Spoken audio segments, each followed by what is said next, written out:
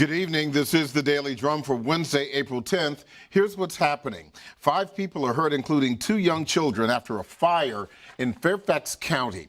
The fire broke out before 10 a.m. at a single-family home on Whetstone Manor Court in the Clifton community. A child under 10 and another child under 5 have life-threatening injuries. It's been a really tough day on the highways in our area. A multi-car accident clogged northbound I-95 near Powder Mill Road in the Beltsville area earlier this afternoon. 2 adults were hurt. A newborn in critical condition was medevac to shock trauma in Baltimore. And southbound I-270 was shut down for 9 hours starting at 6 a.m. after a tractor-trailer burst into flames. The truck driver pulled over near Dr. Perry Road and hopped out right before the whole rig became engulfed. There were no injuries. Work continues around the clock to clear debris from the catastrophic collapse of the Francis Scott Key Bridge in Baltimore. This morning, Maryland Governor Wes Moore explained the severe challenge facing workers as they try to free the trapped cargo ship. I've said it before, and I will keep on saying it. This work is remarkably complex. What we're seeing from the top is one image. In many ways, what's even more complicated is what we don't see. Because this part up top here is now that mangled remnants of the Key Bridge that now sits in the Patapsco River. The search for the bodies of the 3 remaining construction workers also continues.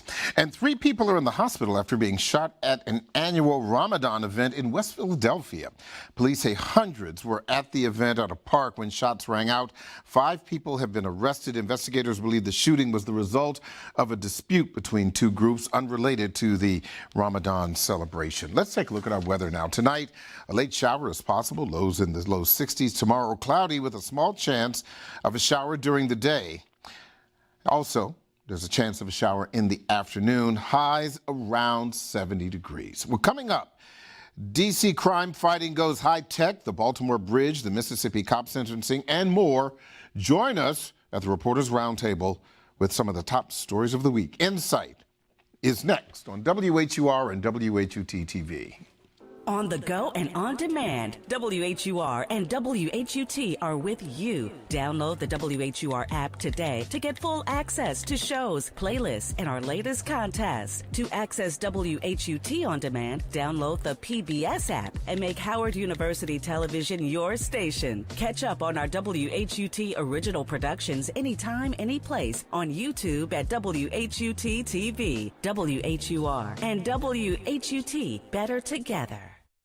D.C., Maryland, and Virginia, you might have noticed something a little different on Monday nights at 8 p.m. I'm Angie Ange, our Director of Content here at WHUT. And Monday nights at 8 p.m., we like to call it Must-See DMV. All your favorite shows from all your favorite creators, focused solely on what makes D.C., Maryland, and Virginia so special. So set your clock, and we'll catch you at 8 p.m. right here on WHUT, Howard University Television, telling your stories on your station.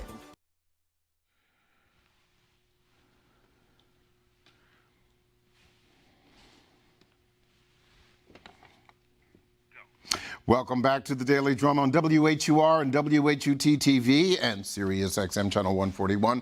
This is the Insight segment. I'm Harold Fisher. We're at the Reporters Roundtable with a look at some of the top stories of the week. My guests are Dr. Julianne Malveaux, author and contributing editor to the Trice Edney News Media, and Keith Alexander, Pulitzer Prize-winning reporter with the Washington Post. On deck tonight, D.C.'s new real-time crime center, the latest on the Francis Scott Key Bridge in Baltimore. Former law enforcement officers sentenced for the beating and torture of 2 black men in Mississippi. The former vice principal of a Virginia elementary school indicted in the shooting of a teacher by a 6-year-old. Of course, the parents in Michigan sentenced in the deadly school shooting committed by their son. And, of course, the cast of A Different World comes to Howard University. Thank you all for joining the conversation. We've got a lot to talk about. I appreciate your time. So first, let's talk about DC's real-time crime center. State-of-the-art, multiple police agencies participating. Just yesterday, D.C. Police Chief Pamela Smith said that the new the real-time crime center was responsible for the arrest of the suspect in the Metro shooter. This is what she said. Surveillance footage played a key role in this case. As you know, within just minutes of the shooting, our real-time crime center distributed an image of the suspect. I'd like to thank the community, who was very, very instrumental and very helpful in providing us with various tips and calls which aided in this investigation. All right, Dr. Malveaux, important high tech or Big Brother? What do you think? Combination of the two. Okay. The Big Brother part, I haven't heard of any missteps yet. It's new. But there can be missteps in this kind of thing. 4 or 5 people hanging out, does that constitute something that the police should be involved in? Or, some irate neighbor calls and says, party over there, should the police be involved? At the same time, the crime situation, not only in D.C., but in cities around the country, has gotten way out of control. And people are frightened. I mean, elders are frightened, young people are frightened, and the people who are committing the crimes are younger and younger. When you think about the disabled gentleman who was beat by these girls, and they're 13 and 14 years old, and it's like, excuse me, what is going on? So, I mean, I think that mayors and police chiefs are desperate for order because this becomes an issue in campaigns. I'm not involved in, but a good friend is running for re-election as mayor of San Francisco. And the 4 white men who are running against this one black woman, their whole thing is crime. And they're trying to play it as she's tolerant about crime, although she just got $25 million to supplement the police budget, which of course has not been popular, with the left. But but she's doing her best, but it is a campaign issue. And it's going to play. It's going to play when they do their debates. It's going to play. So I think that people are just desperate to say, how do we control this? And we know the answer is that the social structure has broken down, family structure has broken down, and people don't trust the police. Yeah. Good reason. Keith. Well, I was in the courtroom for both the 16-year-old who was charged in a Metro shooting, where they played the videos. This center is what it's going to do is basically gather all the videos in the city, whether it's Metro, whether it's FBI, what have you, and have real-time access to these videos. That's how they made the arrest with this 16-year-old who shot and killed a 14-year-old at the Brooklyn Metro station, by aligning all those videos and playing and watching the 16-year-old go from the normal Metro stop to these other Metro stops by all these videos. With the 12 and 13-year-old, they used a Domino's security camera and were able to identify these kids through the security camera at Domino's. Again, so what this crime center is going to do is let everybody know these are where the cameras are. And as opposed to MPD going out and canvassing the neighborhood to find the cameras, now they'll be able to collect all these cameras and say, okay, we know there's a camera on this street corner, this street corner, and we could have immediate access to those cameras. That's what this cost center is trying to do. Being where the police cannot be, as they say, in real time. And when you say about Big Brother, here's the thing, private homes, it's up to you as to whether or not you want to let them know that, yes, I have a camera. And if they reach out to you and say, can you give us access, you can control what you will and will not turn over to the police. So it's not so much Big Brother. They don't have access to individuals' private cameras. Without permission. Without permission. And again, you turn over what video you want the police to have. Well, here's a question, though, for you, since you were there. So this crime center knows where all the cameras are. Do the criminals know where all the cameras are? They know and they don't care. Oh. Criminals will shoot and kill when the police officers are around the corner, and they see the police cars. They don't care. They think they can run fast, they're covering their faces, whatever. They don't care. I am sure these kids know there are cameras everywhere, especially on the Metro. They know there's cameras. The 16-year-old had his hat turned up. You saw his face clearly. So he really didn't care. He didn't care. So let me ask you specifically about this, because there's been a lot of coverage of this, but based on your impression, because the reporting has been in this particular case that Avion Evans went to the Metro. He was going to a school event, but before, or coming from, one of the two. And he went to see some friends. They were at the Metro. Okay. And then there was a fight. The suspect, the reporting has been that the suspect had nothing whatsoever to do with this altercation, and yet allegedly pulled out a gun and started shooting into where the fighting was happening.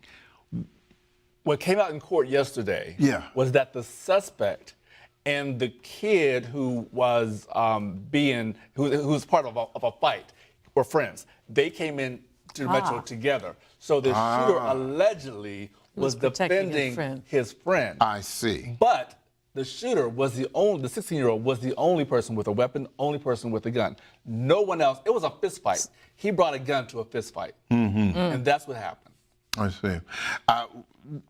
Do we know whether or not... And he pulled his gun out. After he shot and killed a 14-year-old, he then turned that gun on another teen and pointed that gun, and the kid and that teen took off running. There could have been two bodies there on that platform. So do we know, was Avion Evans part of the fight? Avion was part of the fight. Yeah.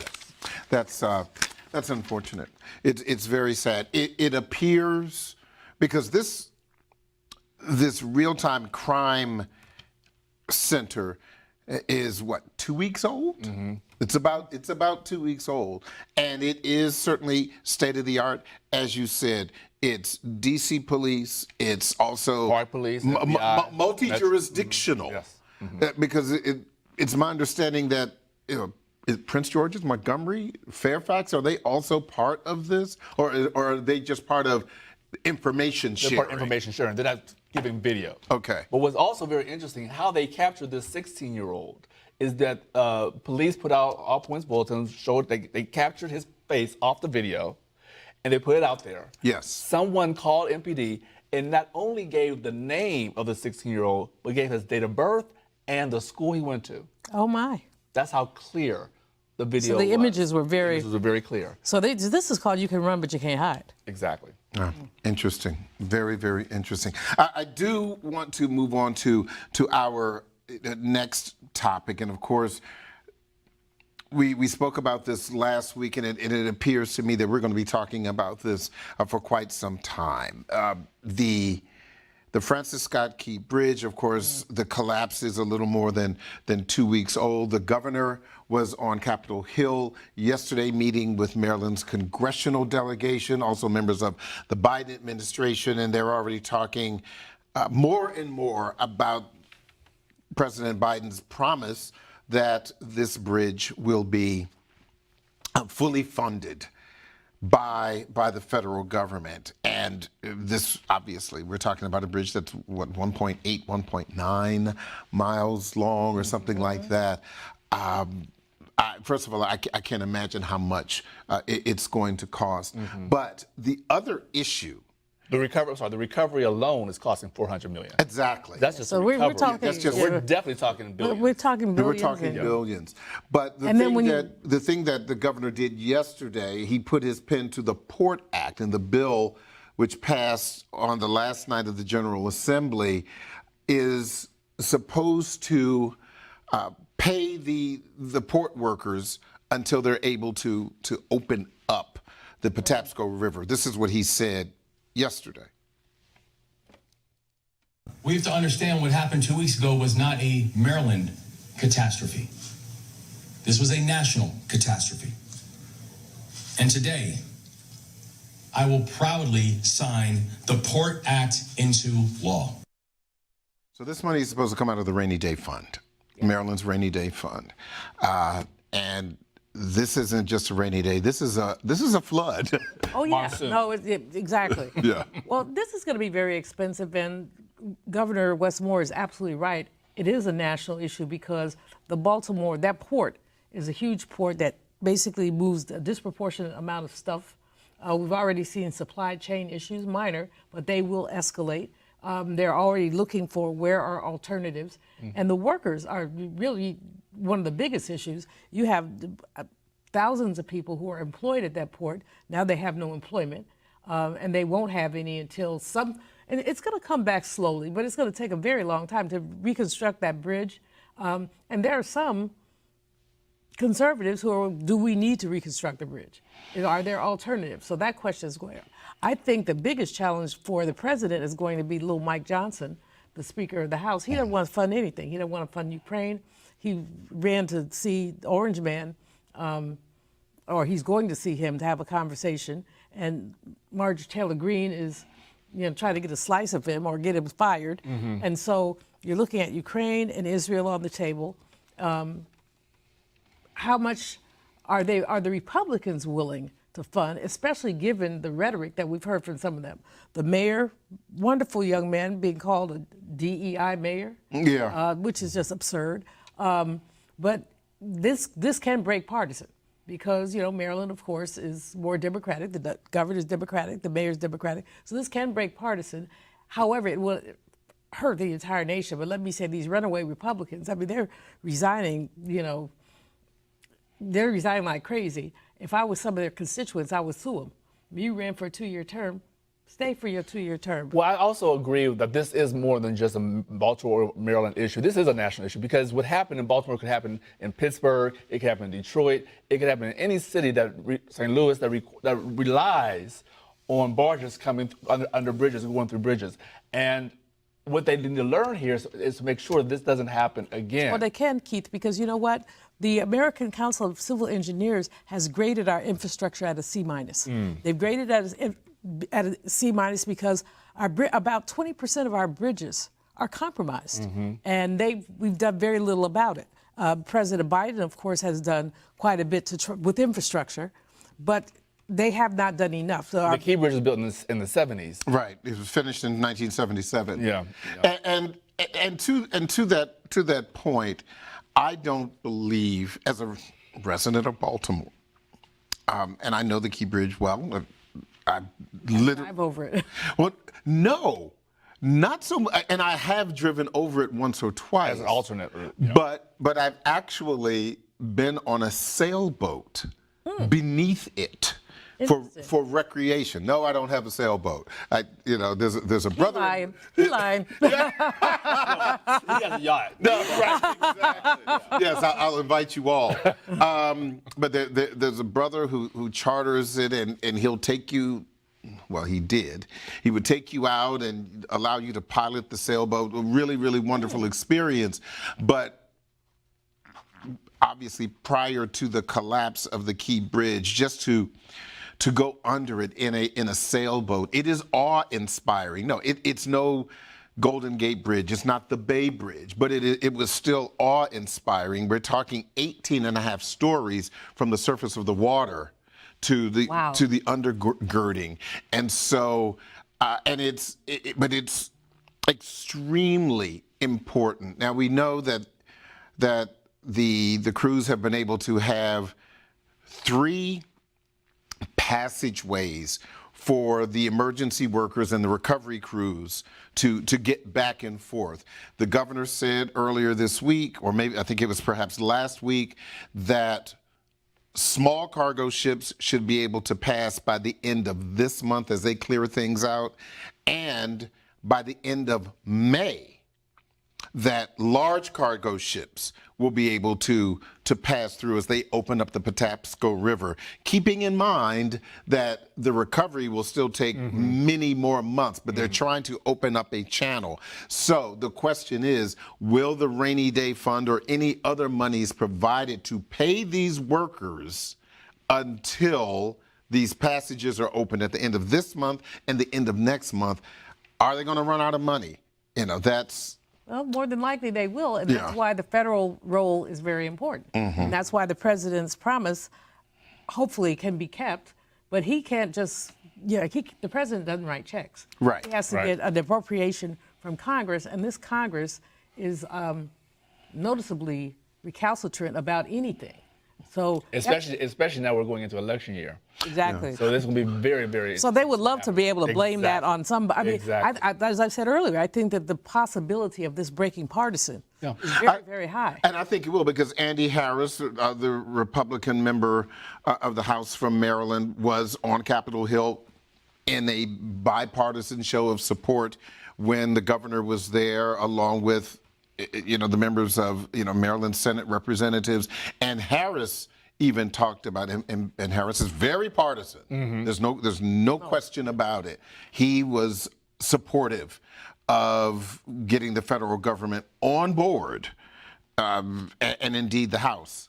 What he's going to have to do, yeah. What he's going to have to do is get 3 or 4 of his Republican colleagues to go along with it, because little Mike Johnson is hanging on the thread. I think there are only 2 votes. The Republicans have a 2-vote margin. Right. So if Democrats support it and Harris is able to get 4 Republicans, which is not unlikely, because this is the kind of thing that could, as you said earlier, Keith, could happen to anybody. Mm-hmm. It could happen in Pittsburgh, St. Louis. There are a number of places where something like this could happen. But it's going to require a lot of maneuvering, and hopefully President Biden will be able to pull it off. But also keep in mind, this is more than just what's happening right now. They're seeing Governor West as a potential presidential candidate.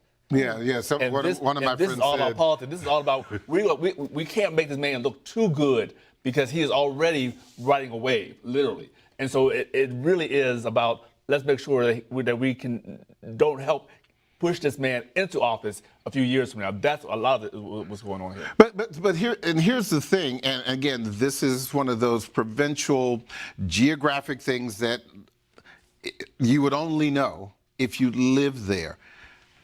The Key Bridge serves, the entire region, but the port is in Southwest Baltimore. It's in the Southwest Baltimore. That is predominantly white. There are a lot of people of color. I'm sorry, predominantly what? You White. White, okay. White working class, okay. Dundalk and part of eastern Baltimore County. Yes, there are a lot of people of color who also work the port and the like. And I say people of color, not just black folks, but also the Latino population. But we're talking Dundalk. We're talking that area.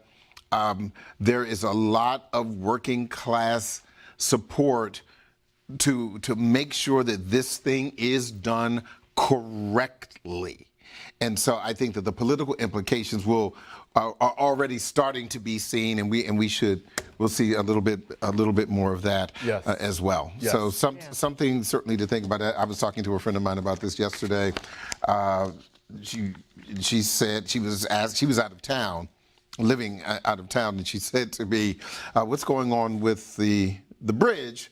And I was explaining what was happening, and then she said, "How is Barack Obama 2.0 doing?" And I said, that is a very, very telling statement. Barack Obama 2.0. So she affirmed what I said. Yeah. Mm-hmm. See, and a lot of people are saying that. Mm-hmm. I guess I don't keep up with Maryland politics as much as I should, because he's the only black governor in the country. You better keep up with Wes more. Absolutely. Well, he is very impressive, but I haven't heard his name bandied about as a presidential possibility. But of course, that won't happen until 28. And anything can happen between now and 28. Yeah. Look, we're going to take a bit of a break, but of course, don't forget you can hear every edition of the Daily Drum Insight segment via podcast on WHUR.com.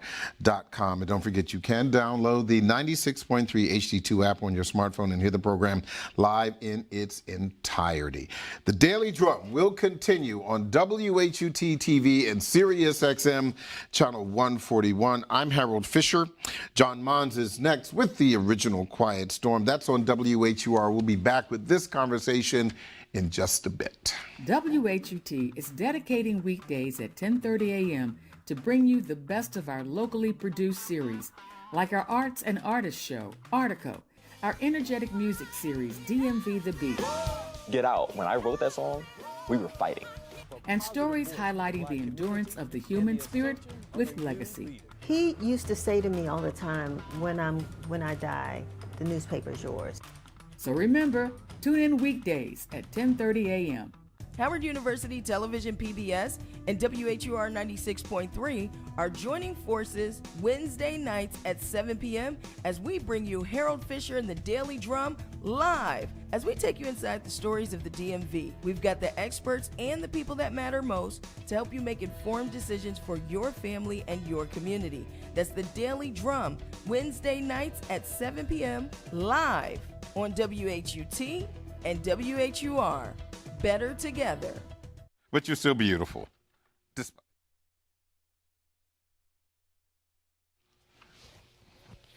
Welcome back to the Daily Drum on WHUT-TV and Sirius XM Channel 141. I'm Harold Fisher. We are at the Reporters Roundtable with a look at some of the top stories of the week. My guests are Dr. Julianne Malveaux, author and contributing editor for Trice Edney News Media, and Keith Alexander, Pulitzer Prize-winning reporter with The Washington Post. I want to go now to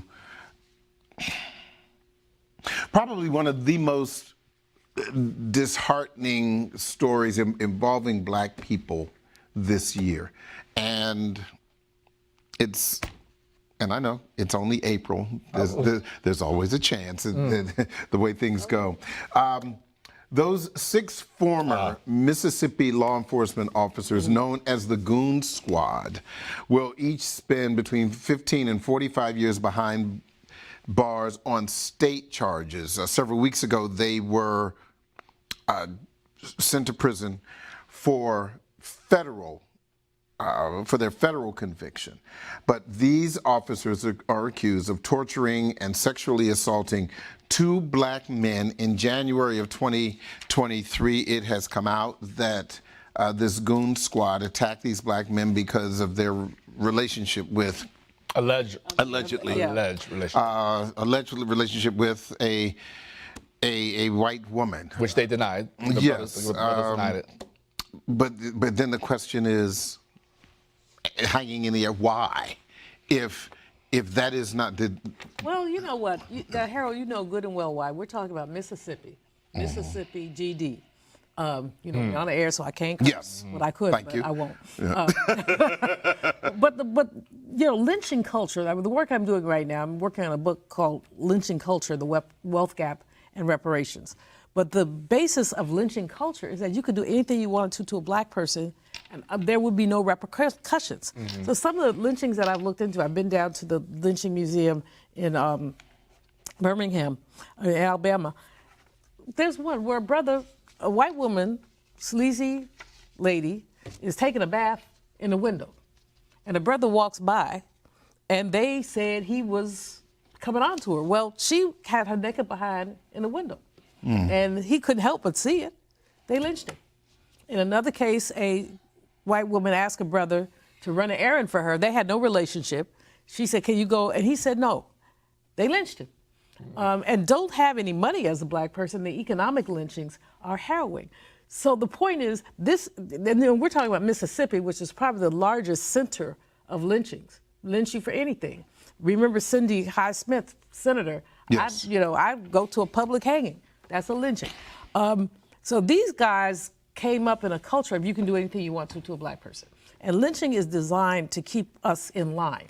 It's not about the specific crime, it's about keeping us in line. And so Black man, relationship with a white woman, you out of line. And basically this Goon Squad, which apparently seemed to be some extra legal gang, if you will, yes, just definitely decided to, whatever they wanted to, impose the social order on whomever. We haven't got all the information about them in terms of who else all they have terrorized. But let's talk about how this came to light. Yes. This came to light through a lawsuit. Yes. Yes. A lawsuit is what got these 6 officers investigated. A lawsuit, which is because nobody believed because no one believed them. But the details of the lawsuit, the lawyers who represent these guys should really be committed, because these lawyers, an unusual move, got these officers investigated and convicted. These lawyers were doing a financial lawsuit. That to me is very telling. Now remember, you all, I'm grateful for this. When you introduced me, you called Pulitzer Prize winning writer for the Washington Post. Well, I got the Pulitzer for investigating fatal police shootings in 2015. Spent an entire year looking at police officers who kill. That's the fact that these 2 men survived, that these brothers, yeah, these that's a miracle. That's a miracle. Came in and shot up, called them nigger, called them all kinds of words, called them monkey, sexual abuse, assaulted them, and shot one in the mouth. And shot one in the mouth, and they're still and they lived. And to see justice. And what's also fascinating is that these officers are not alone. No, these officers are by themselves. You have officers who feel because they have the badge, they can do what they want, whatever they want, with no repercussions. And the fact is that not all officers. Let me clarify that, because before people are calling me, not all officers are like this. There are some very good officers, and we know there are very good officers out there. But these officers, these 6 especially, we know better. I don't know that you necessarily have to do that disclaimer, though. I mean, I guess you do, because you're a reputable journalist. I don't, because there's something called police culture, and it's connected to lynching culture. The blue line. And I'm not saying that, I would never say that all police officers are bad, but what I will say is that their culture allows them to use their badges in ways that are oppressive. And that when this case, frankly, is just a tip of an iceberg in Mississippi and in other places. If this goon squad broke in and did what all they did to these 2 men, how many other times have they done it, and to who all? Exactly. And sometimes. And I'm also surprised, not to cut you off, I'm also surprised these officers have not cooperated and named other officers in exchange for a lighter sentence. We haven't seen anything like that. I'm very surprised that they are going down by themselves. These cabals stick together. They're not going to do that, because then who knows what all that, because guess who the others are? They're daddies, they're cousins, they're friends. So they're not going to do that. But the case is it's so harrowing, Harold. It's so harrowing. We think about, and when the details have come out bit by bit by bit, you just sit there and you shudder.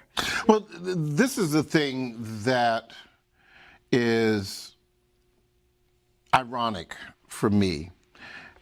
And Keith, you were talking about this. The reason that this came to light is because the 2 men who survived this horrific attack filed a lawsuit.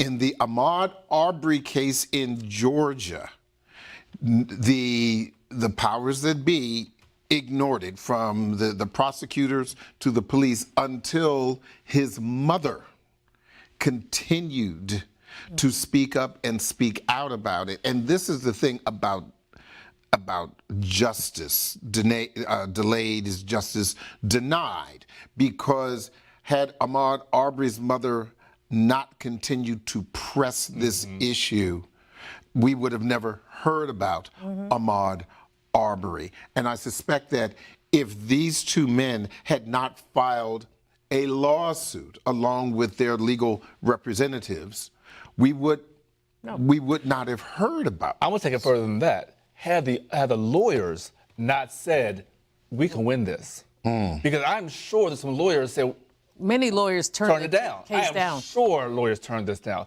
That's why I've said the lawyers who agreed, who fought for this, and who got the discovery and got the details, those are the heroes of this case. Yeah, absolutely. And but this case still, I mean, we can't. I'm glad that we're talking about it.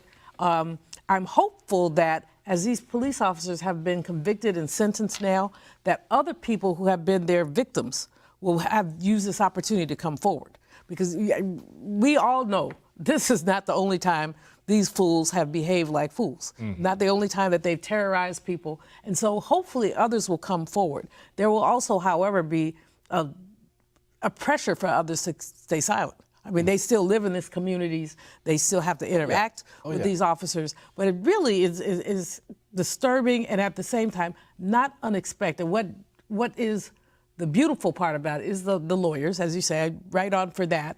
And like Ahmaud Arbery, his mom. Yeah. But the culture of silence, I mean, there's so many black people who have been lynching. And I keep going back to lynching, but I'm obsessed with it these days. Well, it's the same thing, it's just a different word. Exactly, yeah, just fast forward, It is the same. Yeah, so, but basically part of it, I'm looking at something in Rosewood where a woman knows about it. Florida. Yeah. Refused to tell her son. Said, you don't need to know anything about that. A white journalist actually hung out with the guy for couple of years to finally get the story. I mean, coming back and forth for a couple of years to get the story. And the woman whose son was interested knew about the woman who lied and said that a black man had raped her when really it was her white lover. But so many black folks don't want to talk about this. And even with Tulsa, even though it's got for a long time, people wouldn't talk about it. And so people are frightened. But especially in Mississippi, and that's also we can't ignore that this is Mississippi. Mississippi. Now, if this was New York or Philly or Cleveland or someplace up north, then yeah, you'll see attorneys coming in and taking this case, but attorneys in Mississippi thought that they could win this. I mean, that to me also says a lot. This is down south. It's a culture where people look out for each other. Officers look out for each other. They still forged ahead, unprecedented in that state. It says a lot. I want to move on to this next story. And both there are two stories that are kind of intertwined, but I want us to start with the story about Rich Neck Elementary School in Newport News. Yesterday, a former assistant principal, Dr.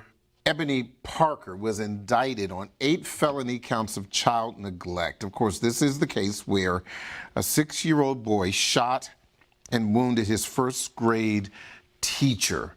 And the grand jury found that she showed a reckless disregard for the lives of students, according to the indictments that were unsealed yesterday. The teacher, Abigail Zwerner, was shot and wounded by that student. And her lawsuit, Zwerner's lawsuit, alleges that Parker ignored several warnings that the boy had a gun in school that day. Now, Parker will be in court, in court tomorrow. The Washington Post today, literally about 2 hours ago, released a story that said, as you just said, Keith, that Dr. Edney Parker, the former vice principal, was told 3 times that this 6-year-old boy had a gun. And this is according to the indictment that was unsealed, and that she did nothing. I'm obviously, I'm not a lawyer, and I'll defer to you on this, Keith. I know you played one on TV. But do you think that these counts, child neglect, are these the counts that are appropriate, or might there be other counts that may be appropriate for what happened? Criminal negligence is real. Yeah, but it says child neglect. Is that the same as criminal negligence? You know what I mean? Right. And maybe I'm splitting hairs here. Help me with that. What could happen is that they could be charged with one thing, and a jury or someone could come back with a lesser verdict, so they could be charged with child neglect and come back with negligence, come back with criminal negligence. Or what, depraved indifference. Exactly. That's what I'm just because, there's a whole just because they're charged up here doesn't mean that a jury or somebody can't come back with a lesser conviction, lesser charge. What's also interesting is that this boy's his records went missing, and they're also accusing Ms. Parker of having his records disappear.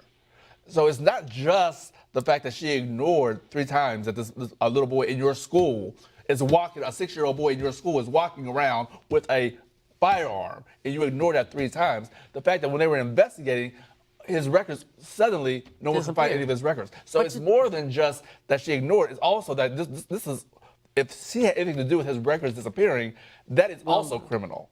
That's intent. Absolutely. I don't know if she had anything to do with his records going bad, but what several stories have talked about his record at school. He was just a bad actor. He had, I believe, he beat somebody up, choked, and choked, and I'm literally. And they tried to get the kid. They tried to get the kid kicked out of school several times, and Parker wouldn't allow it. Yeah, the Post story says here that he had previously choked a different teacher and should have been gone. Unenrolled from the school, but lapses by administrators allowed him back on campus, according to the special grand jury report. But one of the released. things we have to bear in mind, this is obviously a horrible case. The child was a bad actor. The Miss Parker, Dr. Parker, seems to have made several errors. A teacher who's responsible for taking care of our children in schools was shot. Yeah. But let's not forget that. I'm not forgetting any of that, but I want to dial back just a minute to talk about the atmosphere that teachers are experiencing in schools and principals. One of my sisters retired as an accountant, and she does substitute math teaching. A little girl turned her radio on in the middle of the lecture. Marianne went and turned the radio off. The girl turned it back on. Marianne said, "I'm going to call the principal." How old is the little girl? Like 10. Okay. She called the principal. The principal came and escorted the child out. The child, angry, fighting, blah, blah, blah, told my sister, "My mother's going to come and get you." And guess what? Next day, the mama came to get her. But now my sister is probably about 50, 70 pounds heavier than me and a bit taller. So she told the lady, "You come back after school and we can talk about this, but we don't do this on school grounds." So we're all, Malveaux are badasses, so we talk a lot of stuff. So she told me, yeah, I would agree with that. She said, "Come on back after school and we can step outside."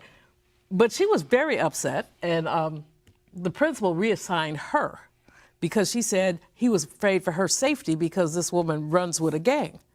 But this is what teachers are dealing with. And so for principals, Marianne said the principal that she had, she worried about him because she said, he's under all this pressure. Yeah. These children. And the message that sends to the other teachers. Exactly. So you reassign the teacher who was not wrong. And what does that mean? So that she's a substitute, so, she didn't have any rights, but she had been at that school for a little while. But this is what's happening in our schools. These young people, we were talking about crime earlier. Many of them have poor parental whatever, are out of control. Nobody has checked them. COVID made it worse. And so while it looks like from the story, and of course, I assume that Washington Post is accurate, but that's just an assumption. But, all right, but it does seem that this assistant principal, associate, whatever she was, made some mistakes. But I also want us to bear in mind what the context and what the climate in some of these schools is like.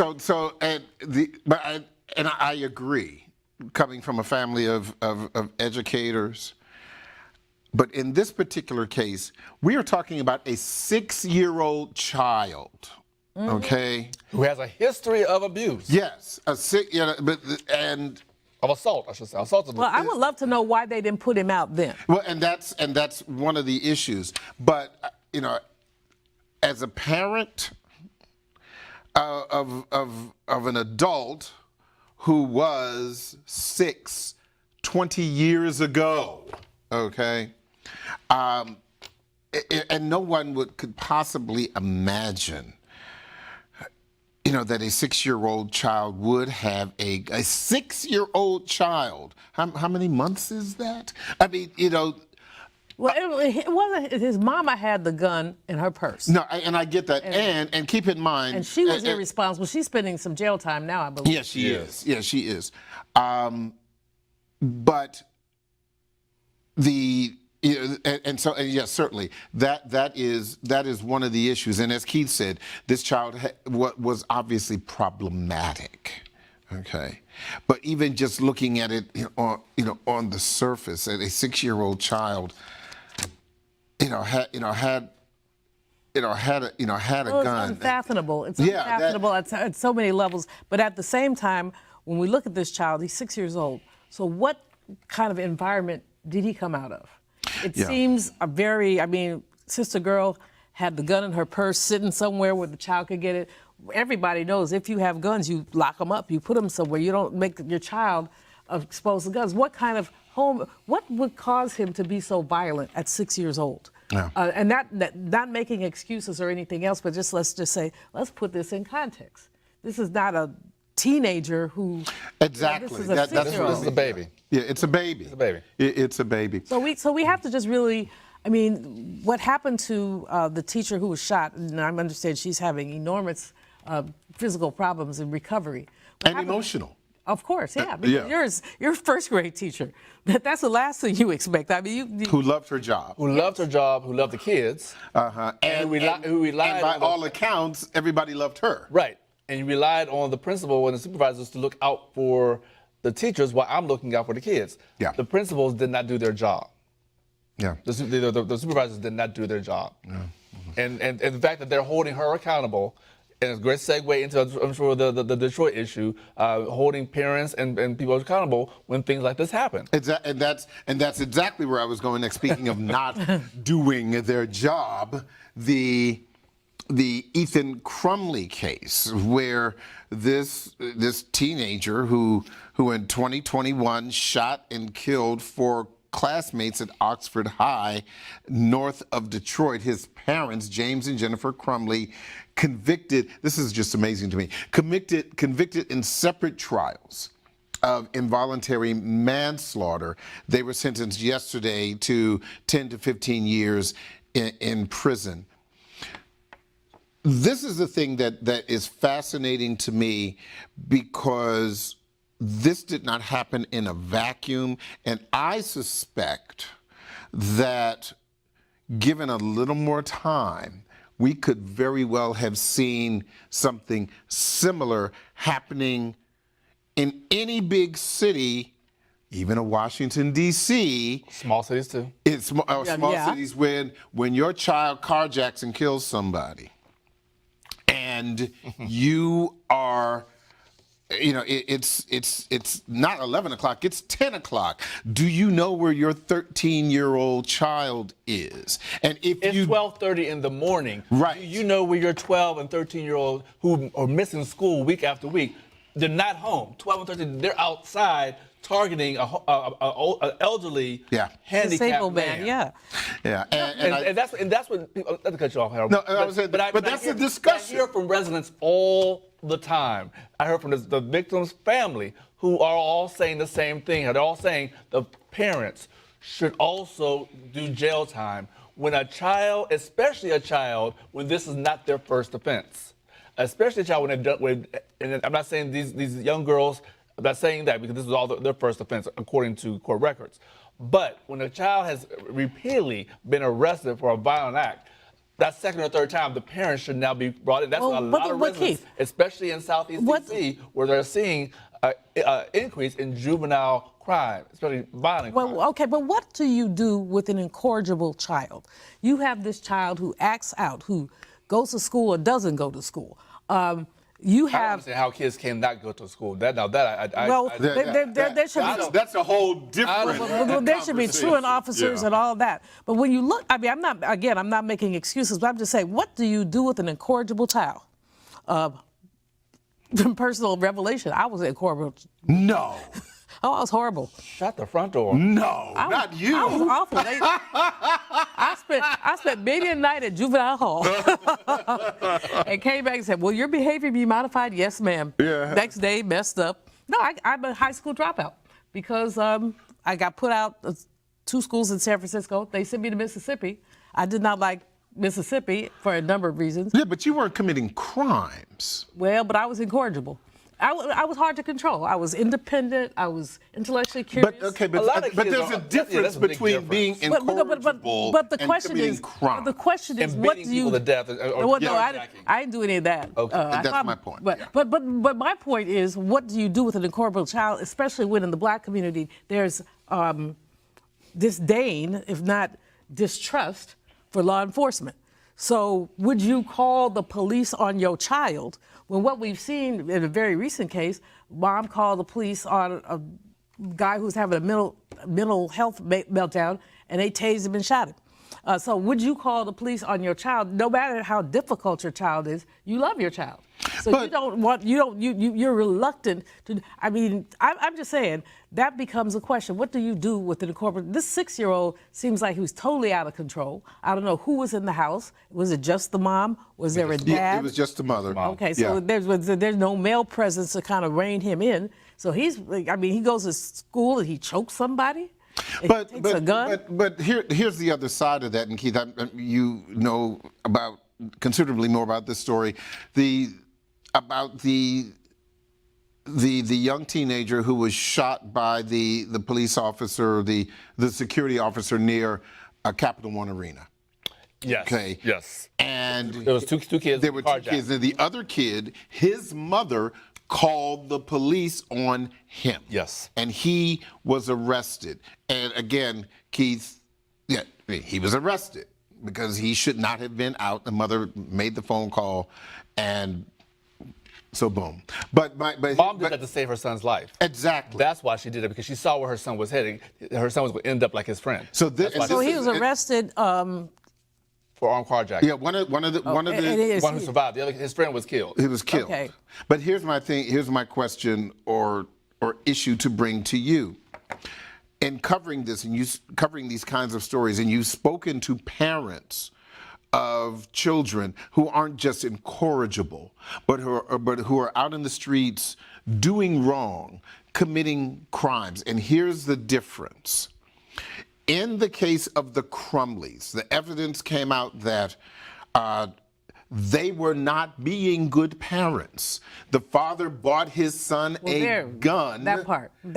For a Christmas gift. He was 15 years old, and we can talk about gun culture. That's a whole. And they failed. Right. They failed to lock the gun up. But they also failed to be good parents and to pay attention to what was going on with their son. When we talk about, for example, what's happening in the District of Columbia, or where you have parents who are trying to be good parents, and they have said, I don't know what to do. I have called the authorities. I have called mental health. I have done all of these things to get my child to do the right thing. If that child then commits a horrific crime, I don't see how you could possibly convict parents who are doing what they tried to do.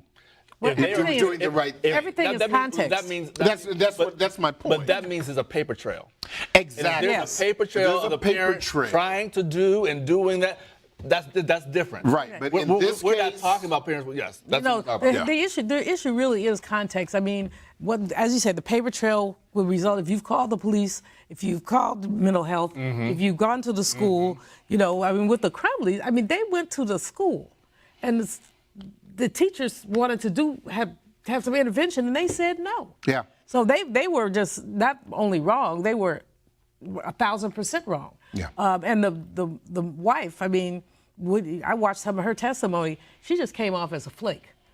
She was too busy having her affairs and doing this and doing that to pay attention to her child. And she pretty much, she was pitiful today when they were sentenced, and she said, I wish I hadn't done it. Well, that's oftentimes you have these kids who are trying to get attention from their parents.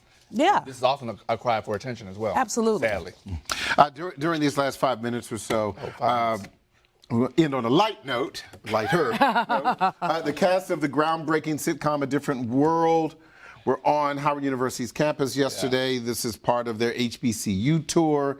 We spoke with Charnel Brown, who played the character Kimberly Reese, about the impact of the show and the impact on where students are right now. I think it's really wonderful because, we didn't know at the time that this was going to happen, but we're in a crisis right now with our young adults. We got to get them going. We got to get them back in school. We got to get them back not only on the top 10, but all of the HBCUs. We have 99 of them.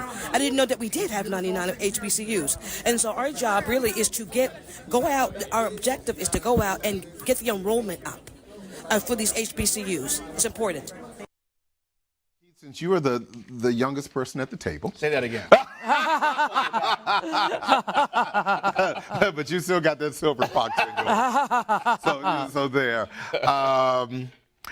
Yeah. You were already in college. You were at Howard. I was at Howard. When A Different World was, I had just graduated from Morgan, but I know that I had already felt the impact. To me, it was just a wonderful, wonderful sitcom because I just left, the Hillman of Baltimore. Yeah. No, it was for me. As great as A Different World was, I was a freshman when School Days came out. Okay. And I really remember going to the theater. We all went to the theater and watching School Days and just feeling all of that. And then I think maybe several months later, A Different World debuted. And so it seemed like a continuation of School Days. the first years of A Different World was interesting, but it really didn't make us feel like they knew what they were talking about. It really wasn't until Marissa Tomei was shown the door, and Debbie Allen came in as director. Debbie Allen, who was a graduate of Howard, and made A Different World really come to life as an HBCU, dealing with seeing Greek paraphernalia walking on campus. That was a thing. Taking the weaves out of the actresses' hair and have their natural hair. Yes. Seeing gospel choirs on campus, seeing issues that black students at HBCUs actually dealt with. I mean, A Different World was go-to Thursday nights. I mean, forget the Cosby Show. 8:30 on Thursday nights was the place to be in front of that television set. And the beautiful thing about A Different World is that it raised awareness to a lot of people about HBCUs. It did. Because a lot of people, HBCUs tend to be more of a Southern thing. People in California, even now.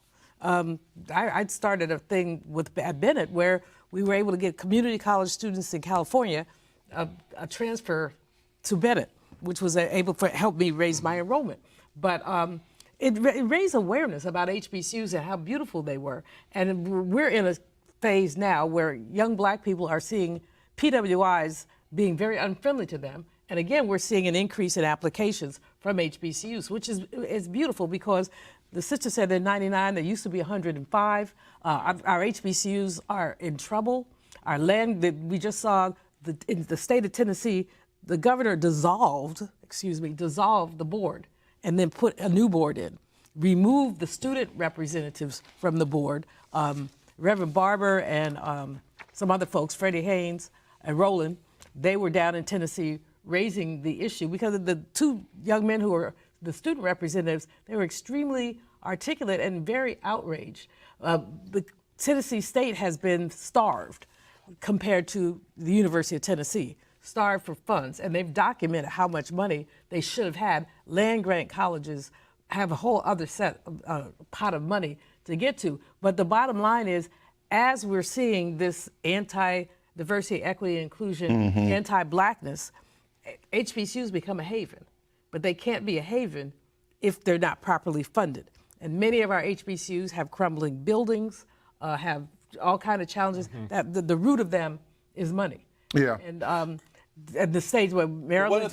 One of the final word, Keith. Go ahead. Interesting is that I saw a snippet of them talking, the actors talking, and they said they did not realize the cultural shift that they were a part of. It was a job for them. They didn't realize until now that they're much older, they now get it. That we helped get young people into HBCUs. We helped people see HBCUs for the first time.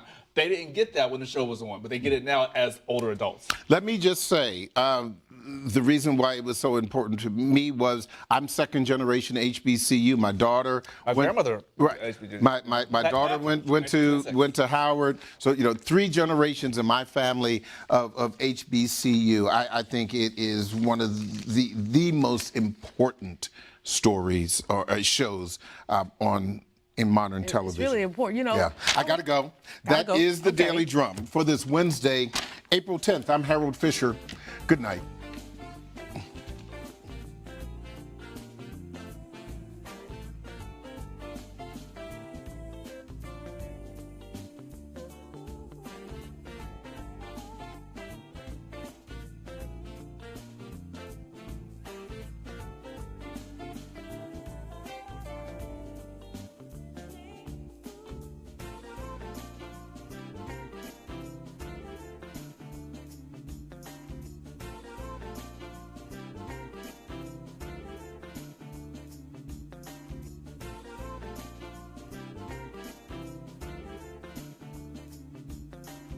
This program was produced by WHUT and made possible by contributions from viewers like you. For more information on this program or any other program, please visit our website at WHUT.org. Thank you.